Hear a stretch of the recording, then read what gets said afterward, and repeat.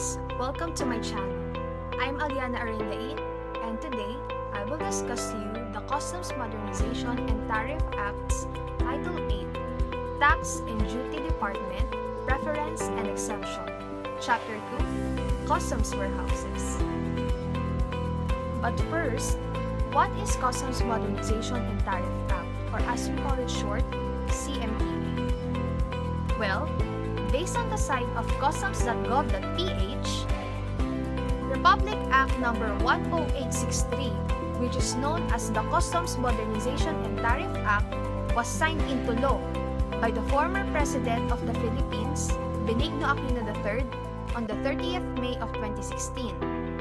CMTA amended the Tariff and Customs Code of the Philippines, or TCCP, with the aim of modernizing customs rules and procedures for faster trade, reduce opportunities for corruption, improve customs service delivery, and improve supply chain. Now that we refreshed what Customs Modernization and Tariff Act is, I will discuss to you a certain topic in Title 8, Chapter 2, Customs Warehouses. Section 801, Establishment and Supervision of Customs Bonded Warehouses.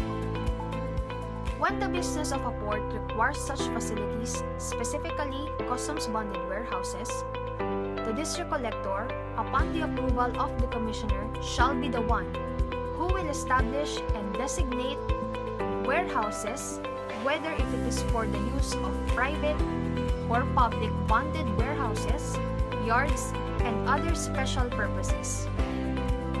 The district collector is the one who will be subjected for the supervision of the warehouses and premises.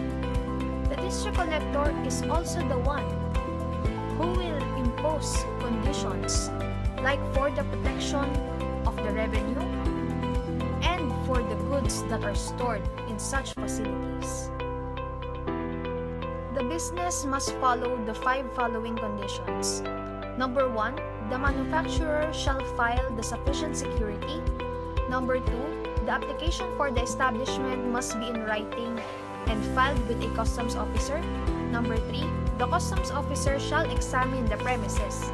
Number 4, the customs officer may authorize the establishment of the customs bonded warehouse. And number 5, the operator of the customs bonded warehouses shall pay the annual supervision fee. Section 802, Types of Customs Bonded Warehouses. Customs bonded warehouses may be classified as manufacturing and non-manufacturing. Manufacturing customs bonded warehouses has 3 types. These are the miscellaneous customs bonded warehouses, customs common bonded warehouses, and industry-specific bonded warehouses. The non-manufacturing customs bonded warehouses has also 3 types, which are the public bonded warehouses, private bonded warehouses, and other customs facilities. Section 803, Types of Customs Facilities and Warehouses. Customs facilities and warehouses shall include container yard, container freight station, seaport warehouses, and airport warehouses. Subject to consultation with the NEDA and DTI, and based on the prevailing economic circumstances, the Secretary of Finance may, upon the recommendation of the Commissioner, create or dissolve certain types of warehouses. Section 804, Application for Operation of a Customs Warehouse. Application for the establishment shall be filed with the district collector. The district collector shall examine the premises of such proposed warehouse. The district collector, upon the approval of the commissioner, may authorize the establishment of the warehouse. The operator of the customs bonded warehouse must pay the annual supervision fee as determined by the commissioner. These are all stated at the conditions under the section of 801 of the CMTA. Section 805, Responsibility of Operators. The The operator must comply all the customs requirements under the establishment, security, suitability and management, including the stock keeping unit, and accounting of the goods. If there is an unlawful demand, the operators must give access to the representative of the Bureau for them to check the unlawful actions. If by chance the goods that are stored inside the customs bonded warehouse or customs facilities and warehouse are lost, then the operator must be liable for the payment of duties and taxes due. The government has no legal responsibility for the stored goods inside the customs bonded warehouse, yard, or any other premises. Section 806, Customs Control over Customs Bonded Warehouses and Customs Facilities and Warehouses. The Bureau has the power to exercise control over, direct, and manage customs bonded warehouses and customs facilities and warehouses for customs purposes only. This is based on the Section 303 of this Act. Once the Bureau exercises the control over, direct, and manage, the Bureau is not liable for the loss and damages that has happened over the goods that are stored for safekeeping in any CBWs, CFWs, yard, or any other premises. Section 807, Discontinuance of CBW and CFW. The District Collector may discontinue the CBW and CFW if the conditions so warrant or the receipt of a written request along with all the laws and regulations requirements was complied by the operator. But that is not all. After a careful examination of the account of a warehouse have been made, the discontinuance will be effective when the District Collector informed the Commissioner in writing within 10 days. Section 808, Warehousing Security on Goods Stored in Customs Bonded Warehouses. The District Collector shall require the importer to post a sufficient security that is equivalent to the computed duties, taxes, and other charges within the prescribed period of Section 811 of this Act and with the compliance of all the requirements of the said importation. Section 809, Withdrawal of goods from customs bonded warehouses. Imported goods can only be withdrawn if the withdrawal permit has been filed along with the required related documents. Goods entered under the sufficient security can be withdrawn anytime under consumption, transit, and exportation. This can only be made by the customs bonded operators, customs bonded warehouses operators, and duly authorized representatives. Section 810, Release of goods from customs facilities and warehouses.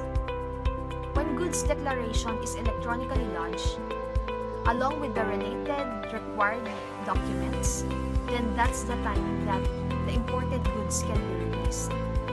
Pursuant to Section 407 of this Act, all goods entered the customs facilities and warehouses shall be subject to filing goods declaration. The goods declaration must be lodged within 15 days from the date of discharge of the last package. Extension may be possible if your reasons are valid and it may be adjusted by the Commissioner. Section 811, Period of Storage in Customs Bonded Warehouses. Goods entered in customs bonded warehouses for warehousing has a maximum storage period of at least 1 year.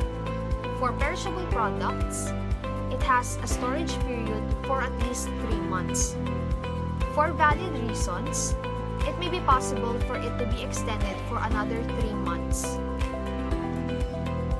Pursuant to Section 1129 of this Act, goods that are not withdrawn after the expiration of the prescribed period may be subjected to abandonment. For bonded goods for manufacturing and intended for export, the Commissioner shall establish a reasonable storage period limit beyond 1 year, in consultation with the Secretary of Trade and Industry. The processing into finished products of which requires longer period based on industry standard and practice, subject to the approval of Secretary of Finance. Section 812, Exemption from duty of goods in customs bonded warehouses. Goods that entered in customs bonded warehouses for warehousing shall be exempted from duty and taxes within the prescribed period for storage unless it is removed or withdrawn for exportation, transit, or consumption to another customs bonded warehouse or free zone, in which case such removal or withdrawal shall be subject to applicable regulations and rules on liquidation or the warehousing entry. Section 813, Records to be kept by a customs bonded warehouse operators. The Bureau must keep records in an account delivered to a customs bonded warehouse. The customs bonded warehouse operator shall make a report containing the detailed statement of all imported goods entered and withdrawn from the customs bonded warehouse. The Bureau must specify the format of the report and may be submitted electronically. All documents must be kept for 3 years for post-clearance audit purposes. So that's the end of my discussion, guys. I hope you learned something.